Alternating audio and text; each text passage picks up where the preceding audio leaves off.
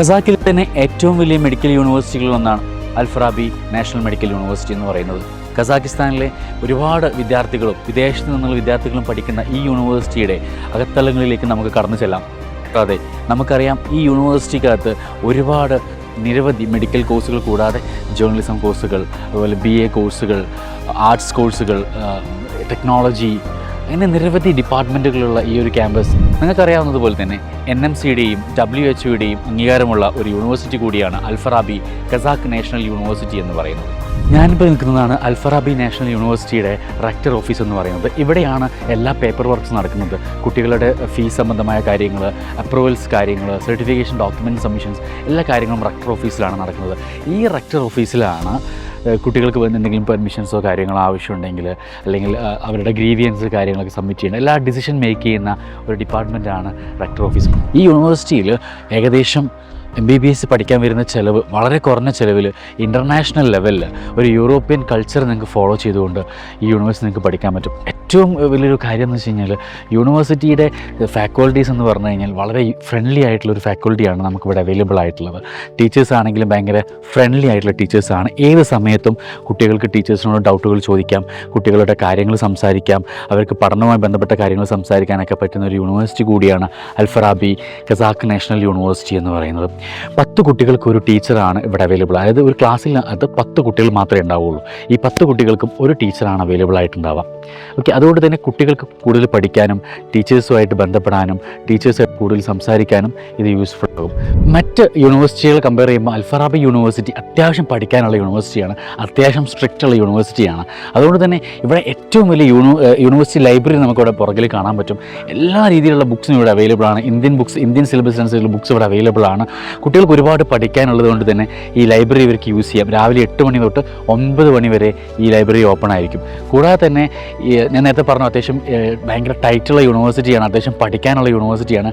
പഠിക്കണം എന്ന് നിങ്ങൾക്ക് വാശിയുണ്ട്, MBBS പഠിച്ച് തന്നെ എടുക്കണം എന്ന് നിങ്ങൾക്ക് വാശിയുണ്ടെങ്കിൽ you can choose Al Farabi Medical University Kazakhstan. We have got 2 Mallus here. നമുക്ക് ചോദിക്കാം, എങ്ങനെയുണ്ട്? പേരെന്തായിരുന്നു? ഷഫാന. കൃഷ്ണ. എവിടെയാണ് സ്ഥലം? കാസർഗോഡ്. മലപ്പുറം. എങ്ങനെയുണ്ട് അൽ ഫറാബി യൂണിവേഴ്സിറ്റി ഓവറോൾ? ഇപ്പൊ കുഴപ്പമില്ല, അൽഹംദുലില്ലാ. നല്ലോണം പഠിപ്പിച്ച് തരും നമുക്ക്. അല്ലെങ്കിൽ സെക്കൻഡ് ഇയർ ഇതെല്ലാ പേപ്പേഴ്സും ക്ലിയർ ആണ്. കമ്പയർഡ് ടു നിങ്ങളുടെ നാട്ടിലുള്ള +2 ലെവലിൽ നിന്ന് ഇപ്പോൾ ഒരുപാട് മാറിയിട്ടുണ്ടോ? ഒരുപാട് മാറിയിട്ടുണ്ട്. കുറേ നമ്മൾ പഠിച്ചു തുടങ്ങിയില്ലേ. ഇപ്പോൾ സെക്കൻഡ് ഇയർ ആകുമ്പോഴത്തേക്ക് ഏകദേശം ഫുൾ എല്ലാ പിന്നെ ഇപ്പൊ ഡ്രഗ്സ് സ്റ്റാർട്ട് ചെയ്തു, അതായത് ഫാർമക്കോളജി. നിങ്ങൾ ഈ ക്യാമ്പസിനകത്ത് ഇവിടെ തന്നെയാണ് ക്ലാസ് വരുന്നത് അതോ?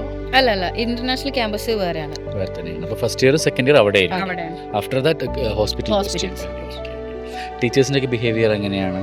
ടീച്ചേഴ്സ് നമ്മുടെ അടുത്ത് നല്ല, നമ്മൾ പഠിച്ചിട്ട് നമ്മൾ ഭയങ്കര ഇഷ്ടമാണ്. ഇന്ത്യൻ സ്റ്റുഡൻസ് ഭയങ്കര ബ്രില്യൻ്റ് ആണ്, അവരുടെ ഒരു എല്ലാത്തിലും നമ്മൾ ബ്രില്യൻ്റ് ആണ്. മറ്റു സ്റ്റുഡൻസിനേക്കാളും നല്ല ഗ്രാസ്പിംഗ് പവർ ഉള്ള പിള്ളേരാണ്. ഇവിടുത്തെ ലിവിങ് എക്സ്പെൻസ് ഒക്കെ എങ്ങനെയാണ് കമ്പാരിറ്റീവ്ലി? ഹോസ്റ്റലിന് മന്ത്ലി ഇവിടുത്തെ 50,000 ടെങ്കയാണ് ഞാൻ പേ ചെയ്യുന്നത്. ഹോസ്റ്റൽ ഞാൻ $80, ഇവള് $100, ഞാൻ 80. ഞാൻ ഡിഫറെന്റ് ഹോസ്റ്റൽസ്. നിങ്ങൾ സേഫ് ആണ് ഇവിടെ കൺട്രിയിൽ, യൂണിവേഴ്സിറ്റിയിലൊക്കെ സേഫ്?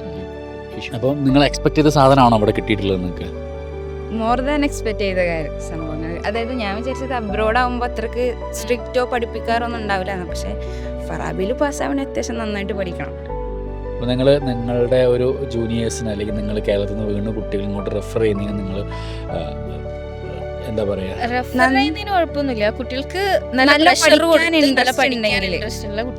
അത്യാവശ്യം ഹാർഡ് വർക്ക് ചെയ്യാനും കുറച്ച് മെന്റലായിട്ടും ഫിസിക്കലായിട്ടും കുറച്ച് പ്രഷർ വരുമ്പോഴും കുറച്ച് ബുദ്ധിമുട്ട് വരും, അത് ഓവർകം ചെയ്യാൻ പറ്റുന്ന കുട്ടികളാണെങ്കിൽ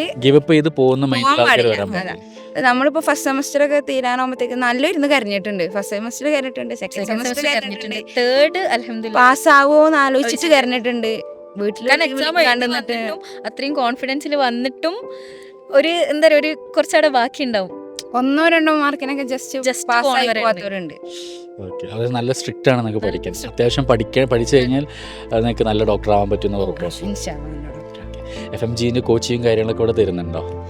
ഇപ്പോൾ FMG അങ്ങനെ കോൺസെൻട്രേറ്റ് ചെയ്യുന്നില്ല, പക്ഷേ ഇപ്പോൾ കുറച്ചായിട്ട് USMLE ക്വസ്റ്റ്യൻ പേപ്പേഴ്സൊക്കെ ഡിസ്കഷൻ ഒക്കെ തുടങ്ങിയിട്ടുണ്ട്. ഇപ്പോൾ തേർഡ് ഇയറിൽ ഇവിടെ സ്റ്റേറ്റ് എക്സാം എഴുതാൻ വേണ്ടിയിട്ട് USMLE സ്റ്റെപ്പ് 1 ബുക്കാണ് നമ്മൾ പഠിച്ചുകൊണ്ടിരിക്കുന്നത്. കുറച്ചുകൂടി ബ്രോഡായിട്ടാണ് ബ്രോഡായിട്ടാണ് ഇപ്പോൾ തുടങ്ങിയത്. എന്തായാലും ആ ഒരു പഠനം കൊണ്ട് നിങ്ങൾക്ക് FMG ക്രാക്ക് ചെയ്യാൻ പറ്റുന്ന ഒരു കോൺഫിഡൻസ് ഉണ്ട്. എന്തായാലും എന്തെങ്കിലും അറിഞ്ഞിട്ട് ഇവിടുത്തെ യൂണിവേഴ്സിറ്റി ഫസ്റ്റ് ബാച്ച് കുറച്ച് കുട്ടികൾ പാസ്സായി പോയിട്ടുള്ള അതിൽ 90% കുട്ടികൾ FMG ക്വാളിഫൈ ചെയ്തു എന്ന് കേട്ടിട്ടുള്ളത് സത്യമാണോ? സത്യമാണ്. അപ്പോൾ anyway thanks to Shafana Shefana and Rishfa. Okay, thank U.